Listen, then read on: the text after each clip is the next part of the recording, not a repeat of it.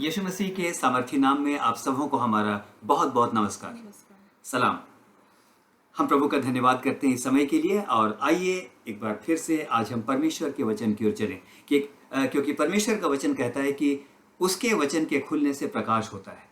मैं विश्वास करता हूँ हम में से हर एक के जीवन के अंदर अगर कोई अंधकार है, जीवन का कोई ऐसा एरिया है जहाँ पर हमको लगता है कि हमें कुछ दिखाई नहीं पड़ रहा और शायद आपने बहुत जगह प्रयास कर लिया, आपने ट्राई कर लिया, सब कुछ कर लिया और यदि आपको ऐसा लगता है कि अभी तक आपको कोई आशा की किरण दिखाई नहीं देती तो आज के दिन आपको एनकरेज करूंगा कि एक बार ट्राई करें कि परमेश्वर के वचन की ओर अपना मन लगाएं, क्योंकि परमेश्वर के वचन के खुलने से लिखा है कि प्रकाश होता है। हालेलुया। मैं प्रभु का धन्यवाद करता हूँ। महामारी का समय है और इन दिनों महामारी कम भी हो रही है, लेकिन आइए प्रभु का धन्यवाद करें। विलाप गीत 3:17 में परमेश्वर का वचन इस प्रकार से कहता है, हम मिट नहीं गए, हम मिट नहीं गए, वी आर नॉट कंज्यूम्ड। जी, ये यहोवा की महाकरुणा का फल है। ये यहोवा की महाकरुणा का फल है। तेरी सच्चाई अमर है, तेरी सच्चाई अमर है, वह प्रति भोर को नई होती रहती और वो है। प्रति भोर को नहीं हो जाती। मेरे प्रियो, यदि परमेश्वर की करुणा को देखें, इसकी बहुत बड़ी विशेषता ये है कि प्रति भोर को ये नई हो जाती है। क्यों विलाप गीत के लेखक यिर्मयाह को यह कहना पड़ा कि वो प्रति भोर नहीं हो जाती है? क्योंकि उसने इस्राएल के इतिहास में एक बात को देखा होगा, मन्ना जब गिरता था तो प्रति भोर को वो नया गिरता था और शायद यही एक दृष्टांत है जिसको उसने कहा उसकी करुणा प्रति भोर को नई हो जाती है। मुझे ऐसा लगता है कि आज यदि हम जीवित हैं तो इसका अर्थ ये हुआ कि प्रभु ने जीवन देकर एक बार फिर से हम पर भरोसा किया है कि हमारे जीवन से बहुतायत के साथ फल मिलने पाए। हालेलुया। मैं धन्यवाद करता हूँ। इससे पहले कि आज के वचन में हम चलें, आज के मुख्य विषय पर आए, मैं आपको इस समय एनकरेज करना चाहता हूँ आपके और मेरे उत्साह के लिए। इस समय एक पद को पढ़ेंगे, उत्पत्ति 21 उसका 8। जी। और वह लड़का बढ़ा और वो लड़का बढ़ा और उसका दूध छुड़ाया गया, और उसका दूध छुड़ाया गया। और इसहाक के दूध छुड़ाने के दिन हाँ। इब्राहिम ने बड़ी जेवनार की। इब्राहिम ने बड़ी जेवनार की। यहाँ पर मेरे प्रियो एक घटना है, बहुत मिन्नतों के बाद, बहुत प्रार्थनाओं के बाद, बहुत समय तक परमेश्वर से मांगने के बाद इब्राहिम और सारा के घर में इसहाक का जन्म हुआ। बच्चा जब पैदा हुआ तो उसने दूध पिया, ऑफ कोर्स, लेकिन यहां पर परमेश्वर का वचन ये बोलता है जिस दिन उसका दूध छुड़ाया गया उस दिन अब्राहम ने बड़ी जेवनार की। मेरे प्रियो, बहुत ध्यान के साथ सुनिएगा। किसी भी समाज में, विशेष करके अफ्रीका और एशिया के अंदर अगर आप देखेंगे तो किसी भी समाज में वो दिन बड़ी खुशी का होता है जिस दिन बच्चा दूध पीना छोड़कर अन्न की ओर बढ़ता है। बहुत जगह इसको हम इस समारोह का नाम बहुत बार हम कहते हैं ये आपका मुंह जुठी है ना, यानी मुंह में अनाज डालने का समय। उस दिन पूरा समाज जमा होता है, परिवार के लोग जमा होते हैं, बहुत खुश होते हैं कि एक बात बड़ी अच्छी हुई कि बच्चे का दूध अब छूट गया, अब वो अनाज लेगा। बड़ी खुशी का अवसर होता है। और यहाँ पर हमने देखा मेरे प्रियो कि वचन ये बताता है इब्राहिम ने उस दिन बड़ी जेवनार की जिस दिन इसहाक का दूध छूट गया। इस समय ध्यान के साथ सुनिएगा। इस समय स्वर्ग भी इंतजार कर रहा है आनंद मनाने का। स्वर्ग भी इस समय इंतजार कर रहा है आनंद मनाने का। इब्रानियों 5 और उसके 12 में परमेश्वर का वचन इस प्रकार से कहता है, समय के अनुसार तो तुम्हें गुरु हो जाना चाहिए था। समय के अनुसार तो तुम्हें गुरु हो जाना चाहिए था, लेकिन तुम ऐसे हो गए हो हाँ, कि तुम्हें अन्न के बदले दूध ही चाहिए। तुम्हें अब तक दूध ही चाहिए। तुम ऐसे हो गए हो। दूसरे प्रकार से देखें तो तुम्हारा हाल ये है कि अभी तक तुमको दूध ही चाहिए। समय के अनुसार तो तुमको क्या हो जाना चाहिए था? गुरु हो जाना चाहिए। यहाँ पर देखते हैं मेरे प्रियो, इब्रानियों की पत्री का लेखक कौन है ये अभी तक स्पष्ट नहीं है, लेकिन लिखने की शैली से इस बात का पता चलता है कि संभवतः ये पौलुस ने लिखा है। और पौलुस इस समय कलीसिया को चिता रहा है, समय के अनुसार विश्वासी बने हुए, प्रभु यीशु मसीह को ग्रहण किए हुए, मसीह होकर एक नए जीवन को आरंभ किए हुए तुमको बहुत समय बीत गया। इतना समय बीत गया कि इसके हिसाब से तो तुमको वचन के अंदर गुरु हो जाना चाहिए था, लेकिन तुम्हारी परिस्थिति आज भी यही है कि अभी भी तुम दूध पीते हुए बच्चे हो। मेरे प्रियो, इस समय आपको कहना चाहता हूं, स्वर्ग आनंदित होता है जिस दिन हम दूध छोड़ करके परमेश्वर के वचन की और अधिक गहराई के अंदर हम बढ़ने लगते हैं। मैं धन्यवाद करता हूं। आज के दिन आप में से हर एक को मैं उत्साहित करना चाहता हूं कि अब मात्र दूध पीना नहीं, लेकिन परमेश्वर के वचन की और गहराइयों की ओर चलें। आपको परमेश्वर बहुतायत के साथ आशीष देगा जिस दिन आप वचन की गहराई में उतरेंगे, आप जिस दिन प्रार्थना की गहराई में उतरेंगे। आज के दिन कहना चाहता हूं, स्वर्ग में आपके लिए बहुतायत के साथ आनंद होगा। पिता और स्वर्गदूतों के समक्ष बहुत बड़ा आनंद होगा और स्वर्ग इस बात की घोषणा करेगा, देखो वो मेरा बच्चा, देखो वो मेरी बच्ची, अब दूध पीना छोड़कर इसने वचन की गहराई को अपने जीवन के अंदर स्वीकार कर लिया। हालेलुया, धन्यवाद करता हूँ। आज एक बड़ी विशेष बात की आज मैं आपके साथ चर्चा करना चाहता हूँ। इस समय एक पद आपको देना चाहता हूँ और इस पद का एक बैकग्राउंड है मेरे प्रियो, और बैकग्राउंड ये है कि महामारी का समय चल रहा है ना। और ऐसे समय में इससे पहले भी एक प्रचार मैंने किया था, इस समय भी इसको कहना चाहता हूँ कि ऐसे समय में हमारी भूमिका क्या हो सकती है। What can be our role, हमारी भूमिका क्या हो सकती है। रोमियो 8 और उसके 19 को इस समय सुनेंगे। सृष्टि बड़ी आशा भरी दृष्टि से परमेश्वर के पुत्रों के प्रकट होने की बाट जो रही है। परमेश्वर के पुत्रों के प्रकट होने की बात जो रही है, यहाँ पर नोट कीजिएगा मेरे प्रिय, लिखा है सृष्टि बड़ी आशा भरी निगाहों से आप परमेश्वर के पुत्र और पुत्रियां हैं। शैतान एक बात आपके मन के अंदर डालेगा कि आपको कोई नहीं पूछता, आपका कोई इंतजार नहीं करता, आपकी कोई प्रतीक्षा नहीं करता। बहुत बार आपको लगेगा मेरा कोई मूल्य नहीं है। शायद संसार आपको, आपके अपने लोग, आपके रिश्तेदार, आपके मित्र बार बार शायद आपको बता देंगे आप एक महत्वहीन व्यक्ति हैं। लेकिन आज के दिन में इस बात में दिलचस्पी नहीं रखता कि आपको कौन क्या बताता है। लेकिन आज के दिन मेरी दिलचस्पी इस बात में है कि मैं आज के दिन आपको यह बताऊं कि परमेश्वर का वचन आपको बताता है कि सृष्टि आशा भरी निगाहों से आपकी भी प्रतीक्षा कर रही है, क्योंकि आप परमेश्वर के पुत्र और पुत्रियां हैं। हालेलुया। यहां देखेंगे मेरे प्रियो, आज का हमारा विशेष थीम होगा कि प्रभु मैं क्या कर सकता हूं ऐसे समय में जबकि महामारी है, ऐसे समय में जबकि मनहूसियत है, ऐसे समय में जबकि इकोनॉमिक स्लो डाउन को हम देखते हैं, बहुत सारी बातों को हम देखते हैं। ऐसे समय में हमारी भूमिका क्या हो सकती है। सृष्टि मेरा इंतजार तो कर रही है, लेकिन मैं जाऊं तो क्या करूं। They are waiting for me, but what should I do, what will I do if I go to them. आज इसी बात पर हम चर्चा करेंगे। आज आपकी भेंट मैं एक इंसान से कराना चाहता हूं, एक परमेश्वर का जन है, इससे मैं आपकी भेंट कराना चाहता हूं। और इसके बारे में आपने सुना होगा, दूसरा राजा 2 और उसके 19 में इस समय सुनेंगे कि परमेश्वर का वचन क्या कहता है। जी। उस नगर के निवासियों ने एलीशा से कहा, हाँ, देख यह नगर मनभावने स्थान पर बसा है, देख ये नगर मनभावने स्थान पर बसा है, जैसा मेरा प्रभु देखता है। जैसा मेरा प्रभु देखता है, परंतु पानी बुरा है, परंतु पानी बुरा है और भूमि गर्भ गिराने वाली और है। भूमि गर्भ गिराने वाली है। मेरे प्रियो, यहाँ पर एक सिचुएशन है, और क्या सिचुएशन इस समय आपको बताना चाहता हूँ। इस समय सुनिएगा ध्यान के साथ कि एलीशा के समय में कुछ लोगों ने एक जगह पर बसने की योजना बनाई। जब वहां पर वो बसने के लिए गए तो देखा कि जगह तो बड़ी अच्छी, जगह बड़ी खूबसूरत है, शायद बड़े अच्छे जंगल होंगे, नदी बहती होगी, सब कुछ होगा। And they acknowledged that it is a beautiful place, बड़ी सुंदर जगह है। लेकिन उस सुंदर जगह में कमी थी, और वो कमी क्या थी। इन्होंने कहा मनभावने स्थान पर बसा है, लेकिन कमी ये है कि पानी बुरा है और भूमि गर्भ गिराने वाली है, यानी वो जगह बसने के लायक नहीं थी। मेरे प्रियो, यहां पर परमेश्वर एलीशा की सेवा के बारे में यहां पर बताता है। परमेश्वर का वचन एलीशा की सेवा के बारे में यहां पर बताता है। वो परमेश्वर का अभिषिक्त जन था, इस समय सुनिएगा। लेकिन और आपने यानी परमेश्वर के वचन के अंदर पढ़ा होगा, उसको एलिय्याह के अभिषेक का दूना हिस्सा मिला। इससे पहले कि इस वचन को हम आगे देखें, आइए इस समय देखें क्या किया था एलीशा ने, जिसकी वजह से उसको एलिय्याह के अभिषेक का दुगुना हिस्सा मिला। आइए इस समय देखेंगे इसको। एक बहुत अच्छा पद है, उसको इस समय पढ़ेंगे। दूसरा राजा 2 उसका 9, 10, 11।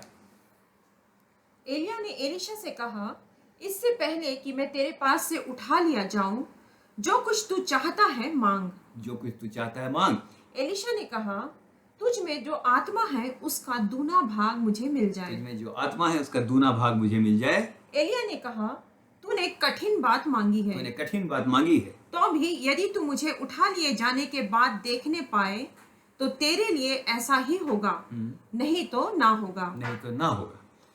वे बात कर ही रहे थे कि अचानक अग्निमय रथ और घोड़ों और बवंडर ने उन्हें अलग अलग किया। हाँ। और एलिया बवंडर में होकर स्वर्ग पर चढ़ गया। यहाँ पर एक बड़ी विशेष परिस्थिति है मेरे प्रियो। एलिया और एलीशा ने बहुत दिनों तक साथ में सेवा की, और अब ये समय था कि एलिया स्वर्ग पर उठाए जाने को था। जब वो जाने लगे तो एलिया ने एलीशा से पूछा, तू बता कि तू क्या चाहता है। और तब एलीशा ने एक बात कही, मैं चाहता हूं कि तेरे अभिषेक का या तेरी आत्मा का दूना भाग मुझे मिल जाए। और तब उसने क्या कहा, इस समय ध्यान से सुनिएगा। तब उसने क्या कहा, यदि तू मुझे उठाए जाने के समय तक लगातार देखता रहे तो तुझको मेरे अभिषेक का दूना भाग मिल जाएगा। यदि तू मेरे उठाए जाने के समय लगातार मुझको देखता रहे। इस समय ध्यान के साथ सुनिए, जो इस समय परिस्थिति है मेरे प्रियो, मुझको और आपको भी इस समय अभिषेक, दूने अभिषेक की आवश्यकता है। जिस प्रकार की परिस्थिति इन दिनों संसार में, महामारी है, लोगों के घरों के अंदर रोना है, सब प्रकार की मनहूसियत है, श्राप है मेरे प्रियो, बहुत लोगों की जॉब चली गई, बहुत सारी सिचुएशन है। ऐसे समय में मेरा और आपका रोल क्या होना चाहिए? इससे पहले कि हम कोई भूमिका अदा करें, हमें एक काम करना है कि हमें सबसे पहले अपने जीवन के लिए अभिषेक के बहुत बड़े हिस्से को मांगना है, ताकि जहां भी हम जाएं, हमारे जाने की वजह से वहां पर परमेश्वर आशीषों को उंडेलने पाए। हालेलुया। इस समय सुनिएगा मेरे प्रियो, और एक बात उसने कही, एलिया ने क्या कहा, यदि तू मेरे उठाए जाने के समय लगातार मुझे देखने पाए तो तुझे मेरे अभिषेक का दूना भाग मिल जाएगा। ध्यान के साथ सुनिए मेरे प्रियो, आपको बड़ा अच्छा लगेगा। आपको परमेश्वर ने अपनी सेवा के लिए बुलाया है। बिना अभिषेक के हम और आप कुछ नहीं कर सकते। We can not do anything without anointing. हम कुछ नहीं कर सकते। लेकिन इस समय ध्यान दीजिए मेरे प्रियो, यदि चाहते हैं कि दूना अभिषेक मिले, ध्यान दीजिएगा, जीवन में आंधी आएगी। एलिया जब स्वर्ग पर उठाए जाने पर था तो परमेश्वर का वचन क्या बोलता है? वो बोलता है कि बवंडर था, आंधी थी, वहां पर तूफान था। आपका देयर वाज ए व्हिरलपूल, है ना, बवंडर में होकर के वो उठा लिया गया। जब वहां पर बवंडर था तो ऑब्वियसली वहां पर एक तूफान का माहौल रहा होगा, वहां पर बड़ी अस्थिरता का माहौल रहा होगा, धूल वहां पर उड़ रही होगी, और उस धूल के बीच में, है ना, उस धूल के गुबार के बीच में एलिशा का एक काम था कि बेशक धूल है, बेशक गुबार है, बेशक बवंडर है, सब कुछ है, लेकिन तुझको एक काम करना है एलिशा, तू इन बवंडरों के बीच में भी, इस धूल के बीच में भी, इस धुएं के बीच में भी, जहां पर अग्नि में रथ आए हुए हैं, तुझको एक काम करना है, लगातार तुझको मेरी ओर देखना है। It was not easy to look at, लेकिन मेरे प्रियो, ये बात एलिया ने उसको कहा था। उसने कहा तूने कठिन बात मांगी। ये कठिन बात क्यों थी? यूं ही उड़ता, अगर बवंडर नहीं होता तो देखता रहता, ये तो बड़ी आसान बात थी, लेकिन वो जानता था कि बवंडर होगा। आज के दिन आपको कहना चाहता हूं मेरे प्रियो, ध्यान के साथ सुनिएगा, वहां भी धूल और धुआं और बवंडर और आंधी और सब कुछ था, लेकिन एलिशा लगातार उसको देखता रहा। आज के दिन आपसे कहूं, मैं आपको कहना चाहता हूं मेरे प्रियो, जीवन में आंधी बहुत बार आएगी, बवंडर आएगा, विरोध होगा, सब प्रकार की बीमारी, तंगहाली, दोषारोपण, आलोचनाओं के बीच में भी, जब लोग आपके बारे में बुरी बुरी बात कहें, ऐसी सिचुएशन के अंदर भी लोगों की ओर ना देख करके अगर आप उस स्वर्ग में उठाए गए प्रभु यीशु मसीह की ओर लगातार देखते रहें, जो पिता के दाहिने हाथ बैठा है, under all circumstances, if you continue to look at the face of your wonderful Lord who is seated at the right hand of God, आज के दिन बोलना चाहता हूं मेरे प्रियो, लगातार देखते रहेंगे तो उसके अभिषेक का हिस्सा आपको लगातार मिलता रहेगा। हालेलुया, आपको परमेश्वर आशीष दे। आइए आज के मूल विषय में चलते हैं। आज का जो मूल विषय है वो ये है कि वो जो जगह थी बड़ी मनभाऊ थी, लेकिन वो जगह रहने लायक नहीं थी, क्योंकि मनहूसियत थी, वहां पर पानी बुरा था, और लिखा है भूमि गर्भ गिराने वाली थी। It produce the death. ऐसे समय में एलिशा ने क्या किया? एलिशा ने अभिषेक तो पा लिया था, अब देखिए कि वो क्या करता है, और आप भी क्या कर सकते हैं। आइए एलिशा के जीवन से इस समय हम कुछ बातों को सीखेंगे। What did he do at the time when he saw that there was a kind of pandemic there in the land? भूमि जबकि बंजर थी। आइए इस समय देखेंगे दूसरा राजा 2 उसके 19 में परमेश्वर का वचन क्या कहता है। उस नगर के निवासियों ने एलिशा से कहा, देख यह नगर मनभावने स्थान पर बसा है। मनभावने स्थान पर बसा है, जैसा मेरा प्रभु देखता है, परंतु पानी बुरा है, और भूमि गर्भ गिराने वाली है। मेरे प्रियो, यहाँ पर वचन बताता है, लोग एलिशा के पास आए और लोग कहने लगे कि जगह तो बहुत सुंदर है, सब कुछ मनभावना है, सब कुछ मनभावना है, लेकिन भूमि मृत्यु को पैदा करती है। सुनिएगा ध्यान के साथ, क्या आज भी यही हालत नहीं है? हमारे गांव बहुत सुंदर हैं, हमारे शहर बहुत सुंदर हैं, मनभावने स्थान पर हम बसे हुए हैं। आज से अगर 3 साल 2 साल पहले की हालत को देखें, बड़ा मनभावना स्थान था, लेकिन ये महामारी, अब महामारी के बाद उसके द्वारा होने वाले दूसरे प्रभाव अगर आप देखेंगे तो हम चारों ओर देखते हैं इस समय की एक प्रकार की मनहूसियत, एक प्रकार का अभिशाप हम में से हर एक के जीवनों के अंदर है। उसने क्या किया? आइए इस समय इसको देखेंगे, आपको इस समय बड़ा अच्छा लगेगा मेरे प्रियो। सब कुछ अच्छा है, लेकिन भूमि गर्भ गिराने वाली। आज सब कुछ अच्छा दिखता है, लेकिन लोगों के जीवन के अंदर वो आनंद नहीं है, लोगों के जीवन के अंदर वो शांति नहीं है। ऐसा लगता है जैसे कि डूबे जा रहे हैं। मेरे प्रियो, इस समय ध्यान के साथ सुनिएगा क्या कहा एलीशा ने। जी हाँ, दूसरा राजा 2:22। जी, कृपया निकाल लें। हाँ, यहाँ पर वचन इस प्रकार से कहता है। हाँ, वचन को निकाल लें। और यहाँ पर परमेश्वर का वचन इस प्रकार से कहता है, उसने कहा, एक नए प्याले में नमक डालकर मेरे पास ले आओ। एक नए प्याले में नमक डालकर मेरे पास ले आओ। वे उसे उसके पास ले आए। मेरे प्रियो, ध्यान के साथ सुनिएगा। उस दिन तो एलीशा था जो अभिषिक्त है, लेकिन आज तो हमारे सामने जो है वो अभिषिक्तों का अभिषिक्त है। आज जो हमारे सामने वो तो भविष्यवक्ताओं का भविष्यवक्ता है, और उसका नाम प्रभु यीशु मसीह है। आज हम यहाँ पर देखते हैं मेरे प्रियो, बड़ा अच्छा आपको लगेगा इस समय आप सुनेंगे।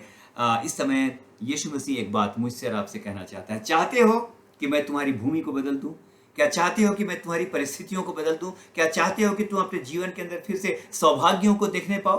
क्या चाहते हो महामारी का ये जो कहर है तुम्हारी भूमि में से मैं हटा दूं? तो एक काम करो, आज के दिन मैं तुम में से हर एक को कहना चाहता हूं, पुराने प्याले को छोड़ दो, पुराने जीवन को छोड़ दो, नया प्याला मेरे पास लेकर के आओ। अब उस पुराने प्याले की आवश्यकता नहीं है जिसके अंदर, इस समय कहना चाहता हूं, क्रोध और विरोध और ईर्ष्या और दूसरों की बुराई और जलन और सब प्रकार की घमंड और कपट की बातें जो कि भरी हुई है। पुराने प्याले को त्याग कर इस समय एक नया प्याला मेरे पास ले आओ। और नए प्याले को जब लाते हो तो एक काम और करना, उसमें नमक लेकर के आना। मैं बहुतायत के साथ तुम्हारे जीवन के द्वारा भी वही काम करूंगा जो मैंने एलीशा के द्वारा उस समय उस नगर के निवासियों के बीच में किया था। हालेलुया। आगे देखेंगे मेरे प्रियो, बड़ा अच्छा है यहाँ पर, और इस समय इसको जब देखेंगे आपको सच में आशीष मिलेगी। भजन संहिता 23 और उसके 5 में राजा दाऊद ने इस प्रकार से लिखा, तू मेरे सताने वालों के सामने मेरे लिए मेज बिछाता है। तूने मेरे सिर पर तेल मला है। मेरा कटोरा उमड़ रहा है। मेरा कटोरा उमड़ रहा है। मेरे प्रियो, क्यों उसने लिखा मेरा कटोरा उमड़ रहा है? उर्दू के अंदर अगर आप देखें और मूल हिब्रू के अंदर अगर आप देखें तो वहां पर कटोरा नहीं लिखा है, वहां पर प्याला लिखा है। मेरा प्याला उमड़ता है। कोई प्याला कब उमड़ेगा? कोई प्याला कभी नहीं उमड़ सकता अगर उसके अंदर रेत भरी हुई हो, अगर उसके अंदर कंकड़ भरे हुए, बहुत कुछ यदि भरा हुआ है तो प्याला कैसे उमड़ेगा? वो उमड़ नहीं सकता। उसके उमड़ने के लिए बहुत जरूरी कि वो खाली हो और लगातार उसके अंदर सप्लाई मिलती रहे, वो तब तो उमड़ेगा ना।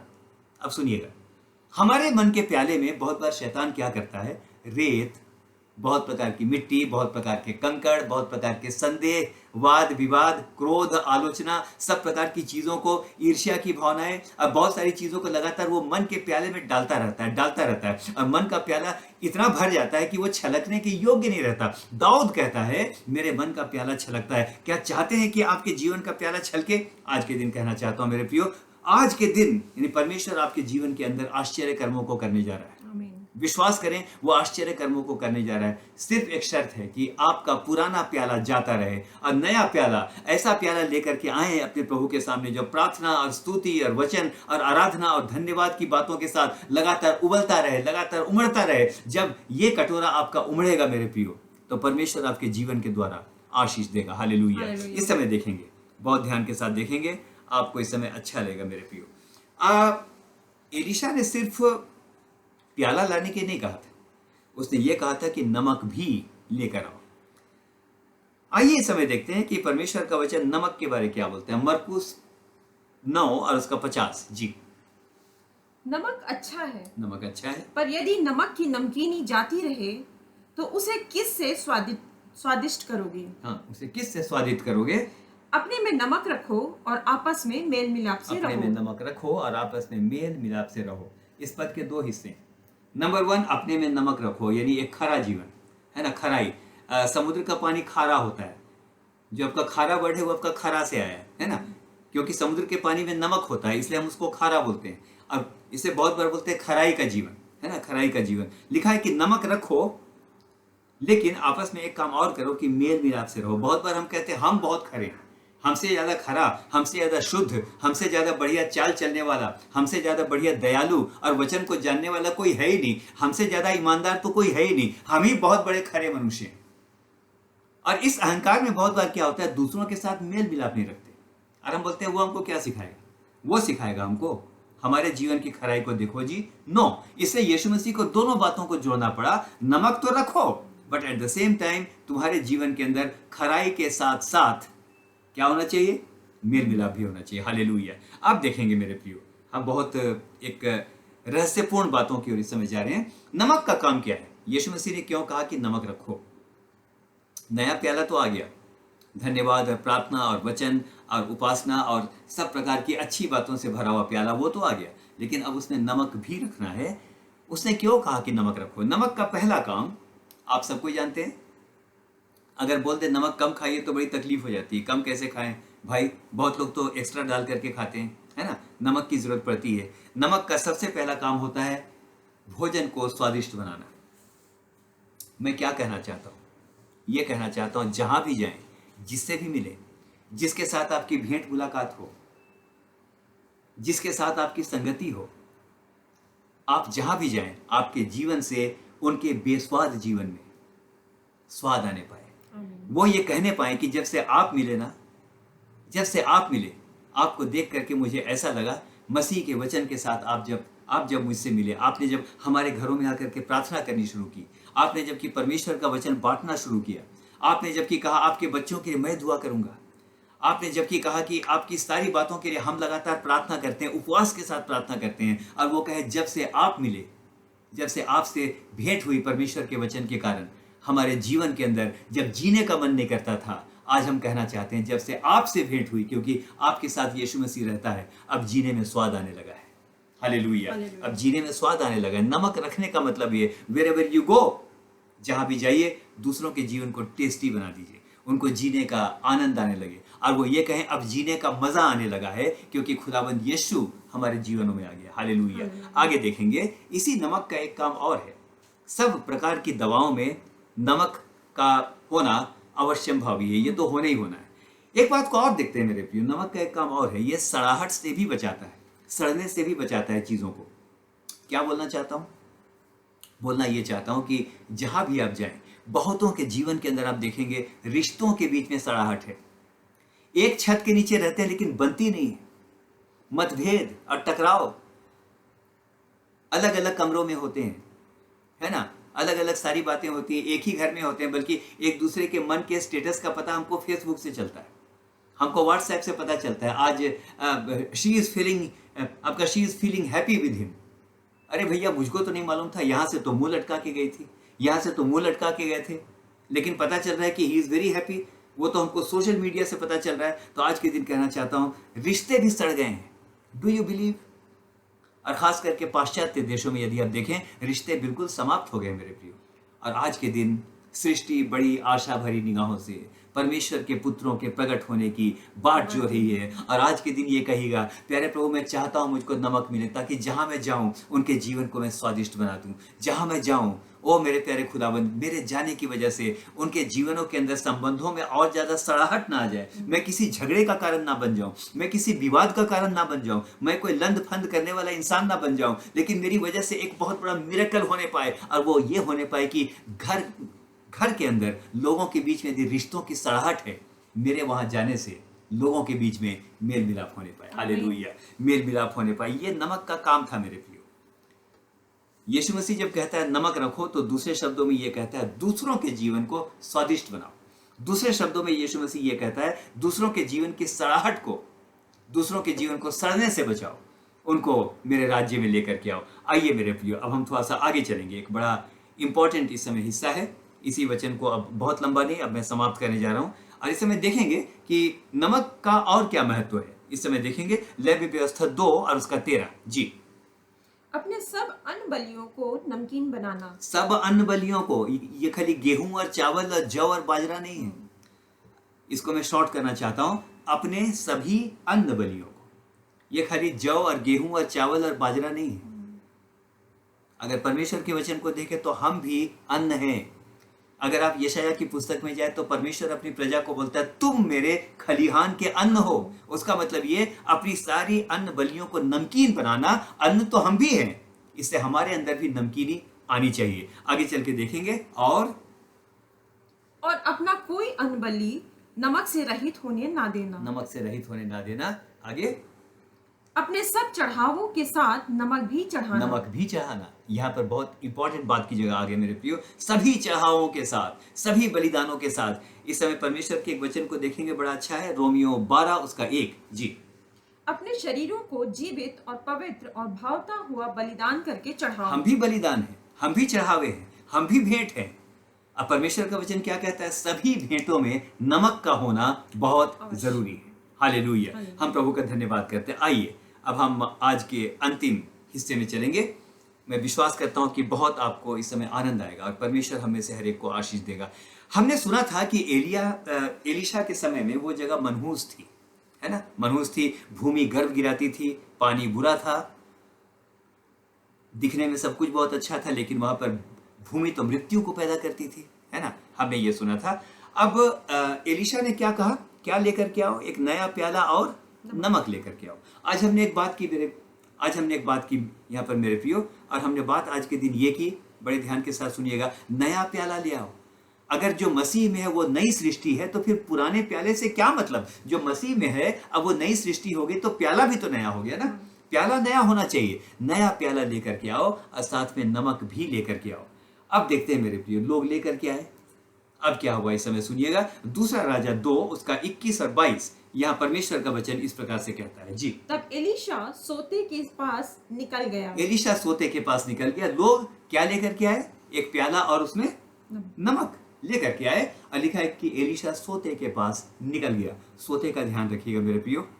और उसमें नमक डालकर कहा, यहोवा यूं कहता है कि मैं पानी ठीक कर देता हूं, जिससे वह फिर कभी मृत्यु व गर्भ गिरने का कारण ना होगा। यहाँ पर देखेंगे मृत्यु शब्द का इस्तेमाल हुआ है। मैं इसी बात को इस समय कहना चाहता हूँ। चारों तरफ तो मृत्यु है, महामारी। अभी हाल में एक अनाउंसमेंट सुना, be ready for the third wave. अरे सेकंड वेव में ही कितने लोग चले गए मालूम नहीं। यदि थर्ड वेव आए, मैं तो हाथ जोड़ करके प्रार्थना करता हूँ, प्रभु विश्वासियों की प्रार्थना के कारण तो इस महामारी को आने से रोक। इस काम को परमेश्वर कर सकता है। लेकिन यहाँ पर एक बात को देखते हैं मेरे प्रियो। और एलीशा किसके पास निकल गया? सोते के पास निकल गया। सोता क्या है? यिर्मयाह क्या बोलता है? मेरी आंखें आंसुओं का सोता है। हजारों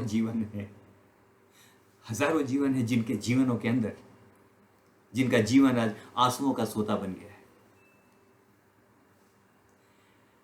दाऊद ने कहा, मैं रोते रोते अपने तकिए को भिगाता हूं। क्या पता कितने बच्चे यतीम हो गए, कितनी औरतें विधवा हो गई, क्या पता कितने परिवार उजड़ गए। आज उनके पास आंसुओं का सोता छोड़ करके कुछ नहीं, आंसुओं का सोता। और यहां पर एक बात देखते हैं मेरे प्रियो, बड़ी अच्छी बात की। और उस प्याले को लेकर एलीशा एक जगह निकल गया।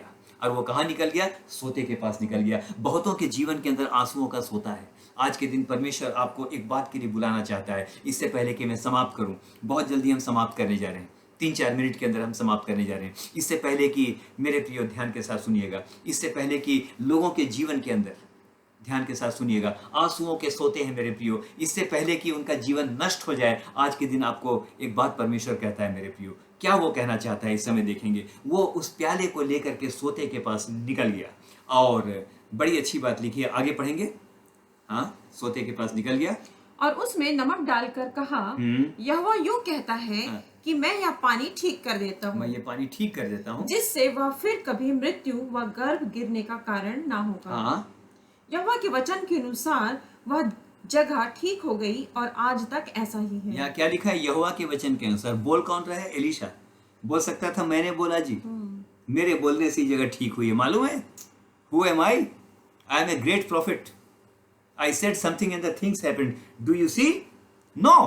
He says, यहाँ पर बड़ी अच्छी बात यहाँ पर है मेरे प्रियो, यहोवा यूं कहता है, I am not saying. It is something which is the God of all gods, a wonderful God. He is saying this. और यहाँ पर एक बात दिखाई पड़ती है, why this miracle took place? इसके पीछे एक वजह है, क्योंकि एलीशा ने भी यहाँ पर अपने आप को नहीं, लेकिन उसने यहोवा को, उसने परमेश्वर को महत्व दिया। यहोवा यूं कहता है।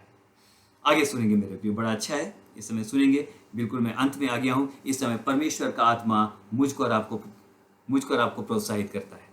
What for? मुझको और आपको परमेश्वर का आत्मा इस समय प्रोत्साहित करता है। क्या करता है सुनेंगे। उन लोगों ने एलीशा को प्याला दिया और एलीशा उस प्याले को लेकर के सोते के पास चला गया, अपने जीवन के नए प्याले को। आइए एक काम करें मेरे प्रियो, मैं समाप्त करने जा रहा हूं। आइए अपने जीवन के नए प्याले को लेकर के अपने उद्धारकर्ता प्रभु यीशु मसीह के सामने आ जाएं। आज के दिन एक बात कहें, खुदाबंद पुराना प्याला मैंने छोड़ दिया, पश्चाताप के साथ मैं तेरे पास आता हूँ। मैं जानता हूँ मेरे पुराने प्याले में क्या क्या था। मैं जानता हूँ व्यभिचार था, गंदगी थी, गालियाँ, बहुत प्रकार के श्राप, बहुत प्रकार के संदेह और बहुत सारी बातें। मसीह तो कहलाता था लेकिन ईर्ष्या से अभी तक बचा नहीं था मैं, क्रोध अभी तक मेरे जीवन के अंदर था। आज आपके अनुग्रह के कारण मैं अपने प्याले को साफ करके, अपने प्याले को छोड़ करके, पुराने प्याले को छोड़ करके नए प्याले के साथ मैं आपके पास आता हूँ, नमक लेकर के आता हूँ। अब तू एक काम कर, बिल्कुल मैं अंत में आ गया, अब तू एक काम कर। एलीशा ने उस प्याले को लिया और सोते के पास निकल गया। मैं भी एक नए प्याले के रूप में आपके सामने आया हूं, मुझको अपने हाथ में ले, लोगों के आंसुओं के सोते के पास मुझको ले चल, बहुत सारे लोगों के आंसुओं के सोतों के पास मुझको ले चल। जहां जहां बंजर है, जहां जहां अनुपजाऊ है, जहां पर घरों के अंदर कुछ पैदा नहीं होता, जहां पर रिश्तों के अंदर सड़ाहट है, तू एक काम कर खुदाबंद, मैं इस समय अवेलेबल हूं, मैं इस समय अवेलेबल हूं। यूट्यूब चैनल पर जब इस समय इस मैसेज को मैं सुन रहा हूं, I want to lift up my hand and I want to say Lord I am available. मुझको ले जा और ले जाके मुझको उन जगहों पर उंडेल दे जहां पर सब कुछ बंजर है, वहां उंडेल दे जहां पर कि आंसुओं के सोते हैं, मुझको उंडेल दे। और उंडेलने के द्वारा एक काम करते हैं प्रभु जी, मेरे उंडेले जाने के द्वारा बहुत सारे परिवारों के अंदर आपका अभिषेक, आपकी आशीष, आपका कल्याण, आपका शालोम उनके घरों में उतरना, उनके घरों में उतरने पाए। चाहता हूं कि अब मैं उंडेला जाऊं, चाहता हूं कि अब मैं उंडेला जाऊं। आज तक तो अपने लिए ही उंडेलता रहा, आज तक तो अपने लिए ही जमा करता रहा, आज तक तो चाहा कि अधिक से अधिक मैं भर लूं, लेकिन अब चाहता हूं कि मैं उंडेला जाऊं। जैसा कि संत पौलुस कहता है, अब मैं अर्घ्य की नाई उंडेला जाता हूं। मुझको उंडेल खुदाबंद और मुझको अपनी महिमा के लिए बहुतायत के साथ इस्तेमाल कर। आप में से हर एक को परमेश्वर आशीष दे। और आज के दिन इससे पहले कि अंत करूं, इस समय कहना चाहता हूं, do you want to have the wonderful portion? I must say the wonderful portion. I will not say right now the double portion, but the portion of the anointing. Do you want? क्या चाहते हैं आपके जीवन के अंदर अभिषेक लगातार उतरता रहे? तो एक काम कीजिएगा। एलीशा ने एक काम किया, धूल और बवंडर और आंधी तूफान सब कुछ वहां पर था, है ना। अग्नि में रथ यूं ही नहीं उतरा, आराम से उतरा और उड़ गया, ऐसा नहीं है। उतरा और लिखा बवंडर ने दोनों को अलग अलग किया, बवंडर ने अलग अलग किया। जब बवंडर है, वो पहाड़ है, जंगल है, तो ऑब्वियसली वहां पर धूल और आंधी और सब कुछ रही होगी।